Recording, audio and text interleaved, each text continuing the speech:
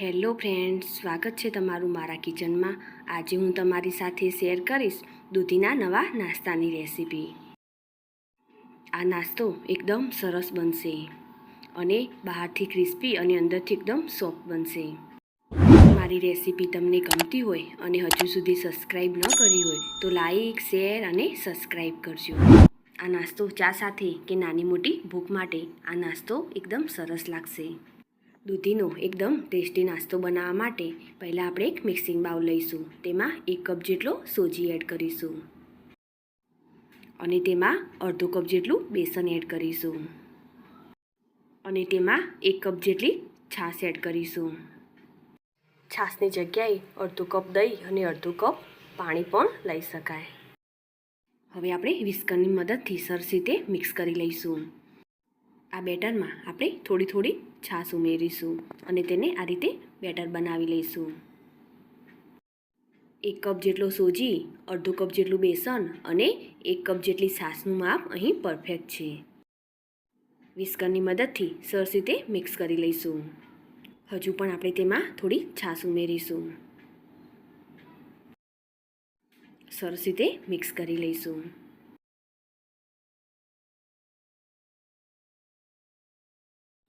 Better આ રીતે હોવું જોઈએ। હવે આપણે તેને ઢાંકીને 5 થી 10 મિનિટ માટે રેસ્ટ આપીશું। હવે આપણે દૂધી લઈશું। મેં અહીં 250 ગ્રામ જેટલી દૂધી લીધી છે। હવે આપણે તેને છોલી લઈશું।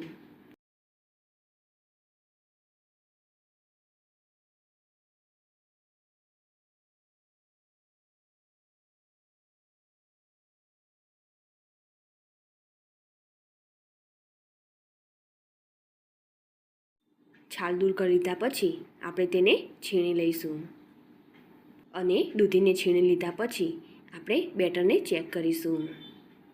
તો સરસ એવું બેટર આપણું રેડી છે અને થોડું ડ્રાય પણ થઈ ગયું છે, પરંતુ આપણે તેમાં હાલ છાશ નહીં ઉમેરીએ। પહેલાં આપણે છીણેલી દૂધીને ઉમેરીશું। દૂધીમાં પણ પાણીનો ભાગ હોય છે। આપણે તેને મિક્સ કરીશું અને જરૂર પડશે પછી આપણે તેમાં છાશ ઉમેરીશું। ચમચીની મદદથી આપણે તેને મિક્સ કરી લઈશું।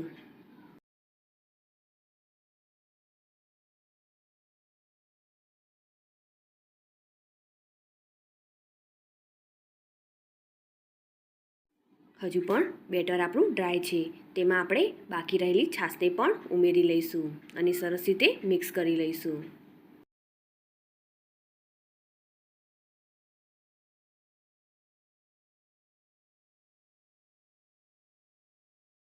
બેટર અહીં આ રીતે હોવું જોઈએ, બહુ પતલું નહીં અને બહુ થીક પણ નહીં। હવે તેમાં આપણે 2 ચમચી જેટલા આદુ લસણ મરચાંને વાટીને ઉમેરીશું।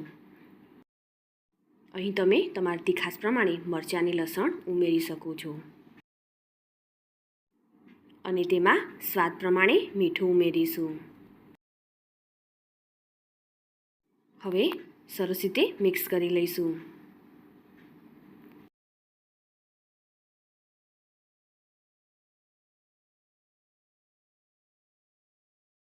સરસ રીતે બેટર મિક્સ થઈ જાય પછી તેમાં આપણે 1 ચમચી જેટલું તેલ ઉમેરીશું અને તેમાં થોડો બેકિંગ સોડા ઉમેરીશું અને બેકિંગ સોડા ઉપર આપણે અડધા લીંબુનો રસ ઉમેરીશું। હવે સરસ રીતે મિક્સ કરી લઈશું।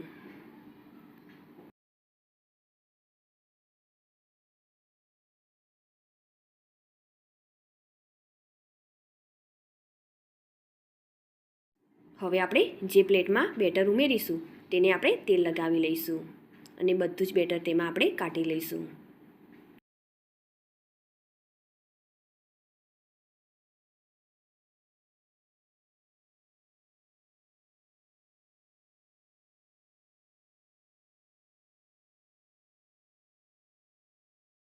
અને તેને આપણે આ રીતે સેટ કરી લઈશું। હવે આપણે તેને સ્ટીમ કરી લઈશું। સ્ટીમરને આપણે પહેલેથી જ સ્ટીમ કરીને રાખીશું અને તેમાં પ્લેટ મૂકી દઈશું। હવે તેને ઢાંકીને 10 મિનિટ માટે થવા દઈશું। 10 મિનિટ પછી આપણે તેને ચેક કરીશું। તો સરસ એવું બેક થઈ ગયું છે.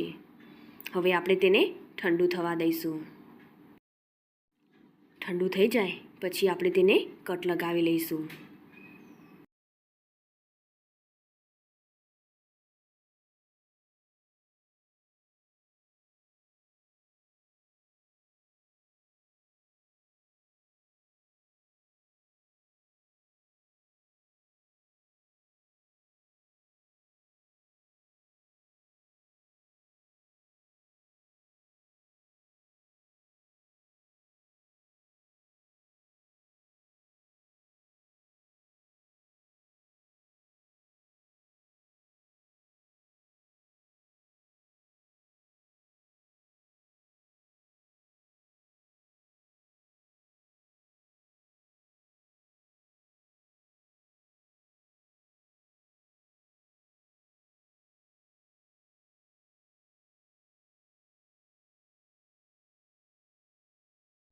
તેનો એક પીસ કાઢીને જોઈએ તો આ રીતે સરસ એવો જાળીદાર અને એકદમ સરસ બનશે. આ રીતે આપણે બધા જ પીસ કાઢી લઈશું.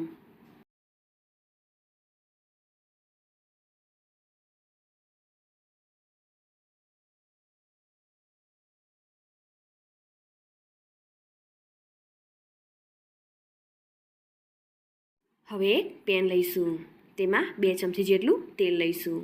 તેલ ગરમ થાય એટલે તેમાં રાઈ ઉમેરીશું અને રાઈ કકડી જાય એટલે તેમાં તલ ઉમેરીશું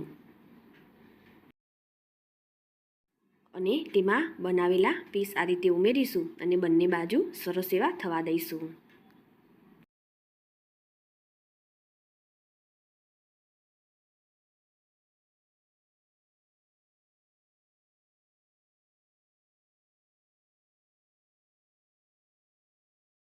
આ રીતે આપણે તેને સરસ રીતે મિક્સ કરી લઈશું જેથી બધી જ સાઈડ સરસ એવું ક્રિસ્પી બને. થોડીવાર પછી આપણે તેની સાઈડ ચેન્જ કરીશું અને તેને ક્રિસ્પી થવા દઈશું. આ નાસ્તાને તમે એમનેમ પણ ખાઈ શકો છો, પરંતુ આ રીતે બંને સાઈડ ક્રિસ્પી કરીને ખાશો તો એકદમ સરસ લાગશે. અને આ નાસ્તાને તમે ઢોકળાની જેમ વઘારીને પણ ખાઈ શકો છો. આ રીતે તેને પલટાવીએ તો સરસ એવો કલર આવી ગયો છે. તે જ રીતે આપણે બીજી સાઈડને પણ થવા દઈશું. બંને સાઈડ સરસ એવો કલર આવે ત્યાં સુધી આપણે તેને થવા દઈશું. જેટલો બંને સાઈડ ક્રિસ્પી હશે તેટલો નાસ્તો આ સારો લાગશે.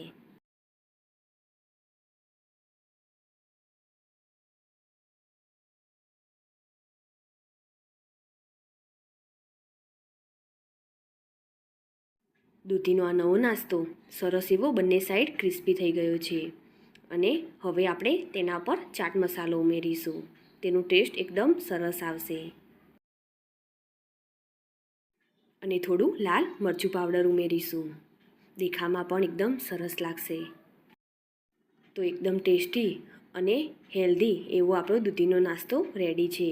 હવે તેને આપણે પ્લેટમાં કાઢી લઈશું. આ નાસ્તા જોડે તમે ટામેટો કેચઅપ કે ગ્રીન ચટણી પણ ખાઈ શકો છો. એકદમ સરસ લાગશે. અને આ નાસ્તો તમે બાળકોના ટિફિન બોક્સમાં પણ આપી શકો છો. એકદમ હેલ્ધી નાસ્તો છે. જે લોકોને દૂધી પસંદ નથી તે લોકો આ નાસ્તો બનાવશે તો એકદમ સરસ લાગશે. તો આપણો દૂધીનો નાસ્તો તૈયાર છે. તમે પણ ચોક્કસથી ટ્રાય કરજો. એકદમ સરસ લાગશે.